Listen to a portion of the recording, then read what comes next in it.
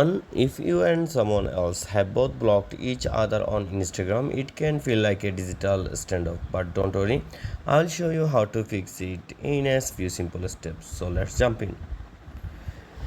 First, you'll need to Instagram website because the mobile app can find profile you have both blocked. So open a browser on your phone, or you can do it from your PC. Then go to instagram.com slash instagram.com, and then uh, log into your account. Now try searching for their profile directly. You can see, you can use the URL format. Type instagram.com,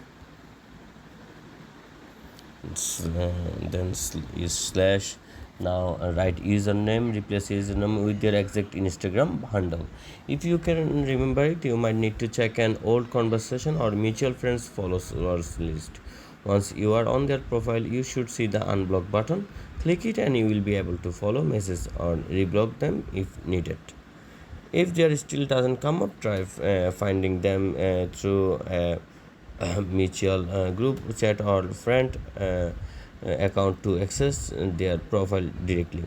Make sure to confirm the unblock and you are all set. You will now be able to follow each other, message and interact again. And that's it. If you helped you out, hit that like button, subscribe for more quick social media tips, and let me know if you have got other Instagram questions in the comments.